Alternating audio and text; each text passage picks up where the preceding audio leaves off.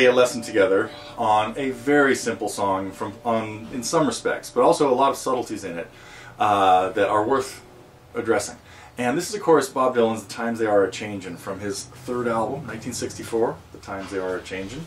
Some great tunes on there, and at this stage Bob was pretty heavily settled down into writing his own songs and playing them. This album had mostly just simple guitar accompaniment and harmonica and very little fluff and short arrangements.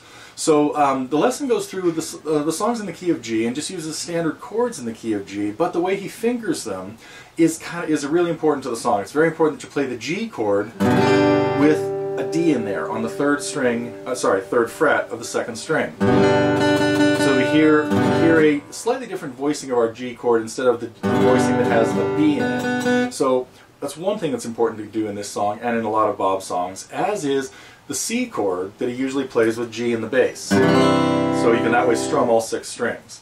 Anyway, all that stuff is addressed in the lesson. We talk about the descending bass line that happens over the C over a D chord. It's in 3/4 time with a very simple strum, just bass, down, down, up.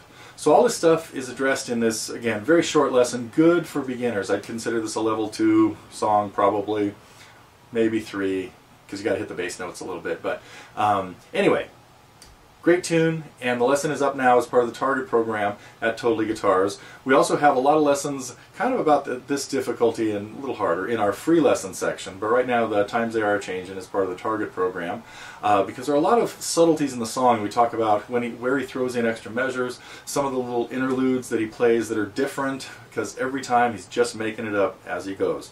Typical of Dylan. Tough to play along with because he's kind of inconsistent with like what happens in various verses. Sometimes an extra measure shows up here or there. Different interludes happen between them. So anyway, if you know the 6 primary chords in the key of G, 3 majors and 3 minors, you can probably figure this song out. And that's what I like to challenge a lot of our Target members with at Totally Guitars, is learning first to just listen to it and figure it out.